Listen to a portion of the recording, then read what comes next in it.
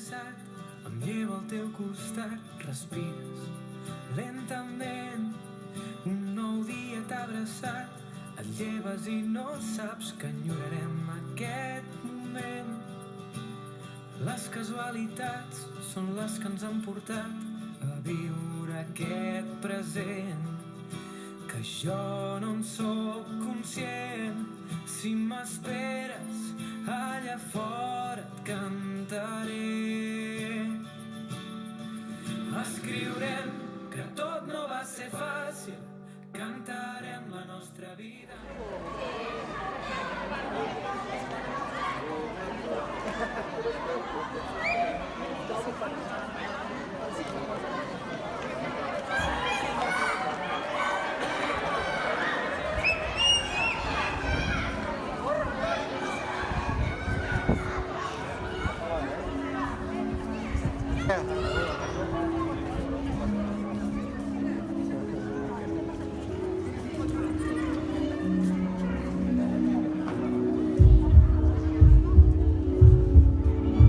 Som al cor de Montbrió, on comença la nostra història.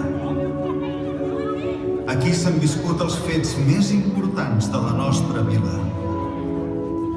Hem vist passar els anys i els segles, els homes i les dones que han donat vida als carrers de la vila i als camps del nostre terme. Comencem a escriure la nostra història des dels orígens de Montbrió del Camp fins als nostres dies.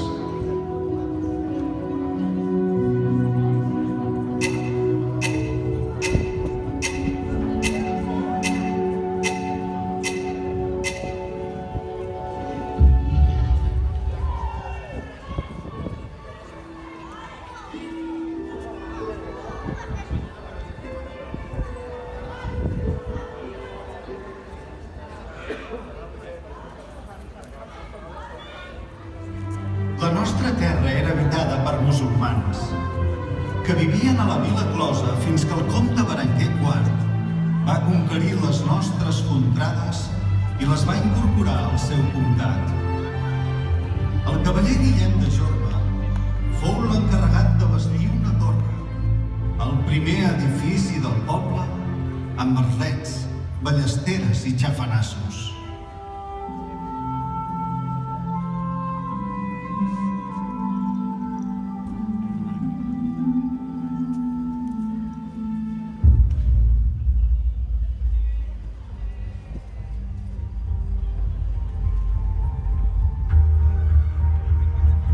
El 1178, el rei Alfons I va voler que Montbrió formés part, junt als Tegells i la Plana, del terme de Cambrils.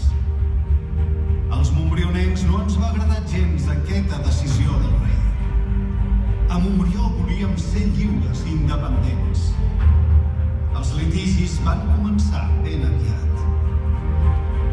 La nostra vila va anar creixent pel carrer de la Closa i fins als 4 cantons pel carrer Major, amb la construcció de l'església parroquial, també pel carrer del Rec.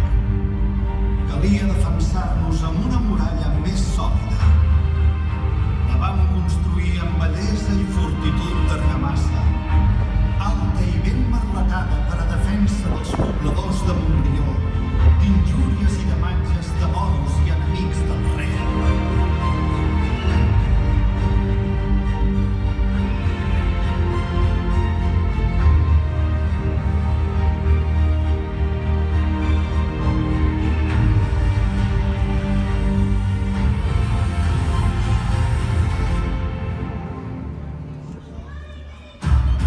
Els hòmens de Montbrió i Cambrils van lluitar junts contra els abusos del comte de Cardona i de Prades, fins que vam aconseguir que el rei Ferran II ens posés sota la seva protecció.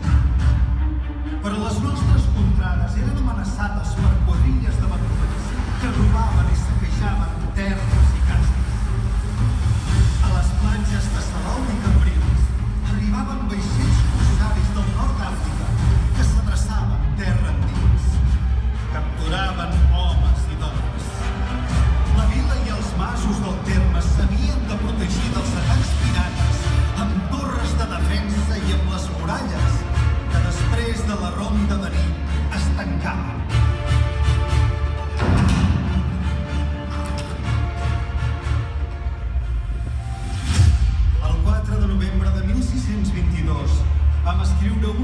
pàgines més importants de la nostra història.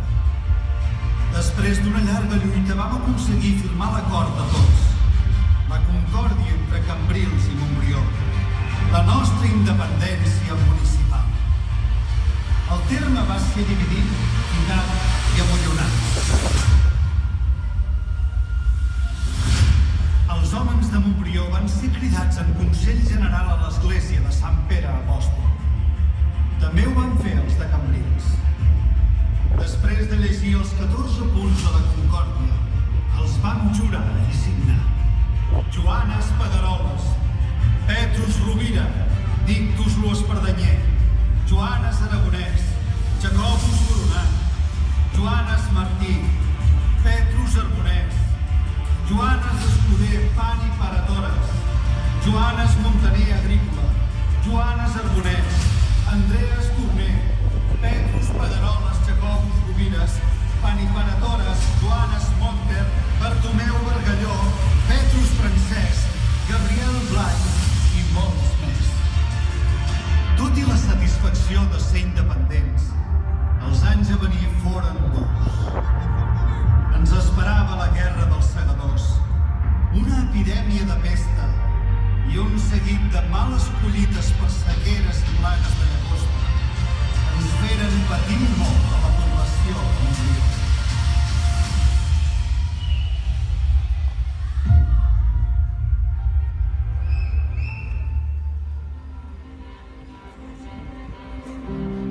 El 1668, els consellers vam acordar bastir una casa de la vila amb arcades i pilans al costat de la torre, tot aprofitant una part de la muralla.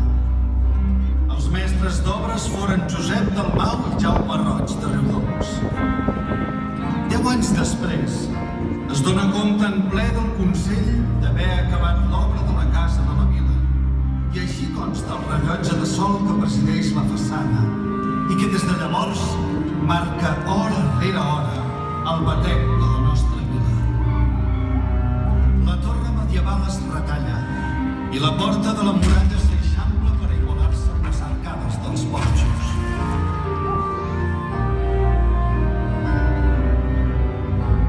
La casa de la vila adquireix la fesomia exterior d'aire clàssic que s'ha mantingut fins als nostres dies.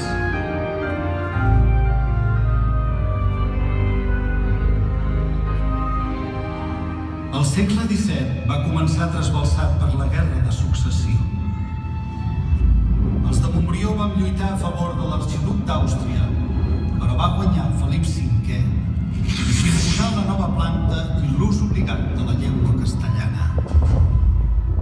Tot i això, els de Montbrió no van fer cas del decret i vam continuar escrivint els documents oficials en la nostra llengua, el català.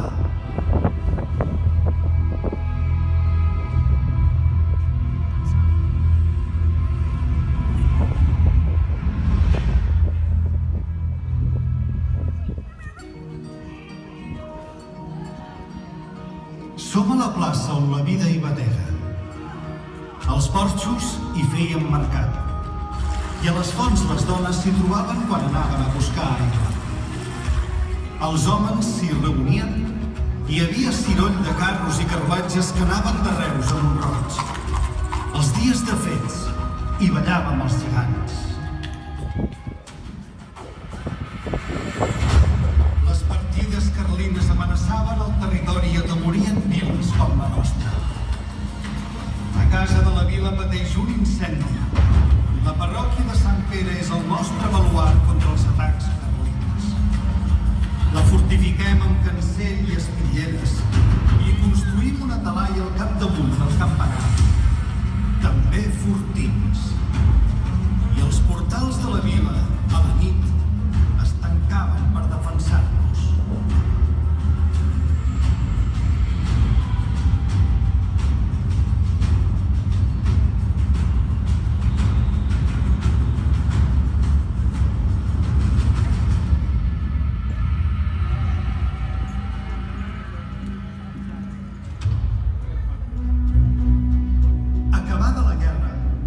reconstruir les destrosses que havia patit la parròquia de Sant Pere. molins i les murades que havien defensat la vila. Els regidors de Montbrió van treballar per a dotar la vila de serveis públics i els carrers d'enllumenat públic.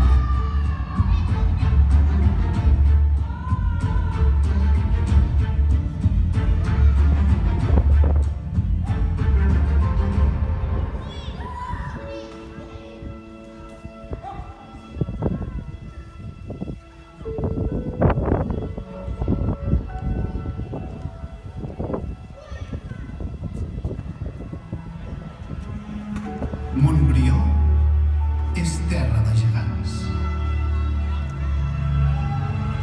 Han passat moltes generacions per aquesta plaça i la nostra vila ha sabut mantenir tradicions i festes i la devoció per Sant Antoni i per Sant Pere, el nostre patró.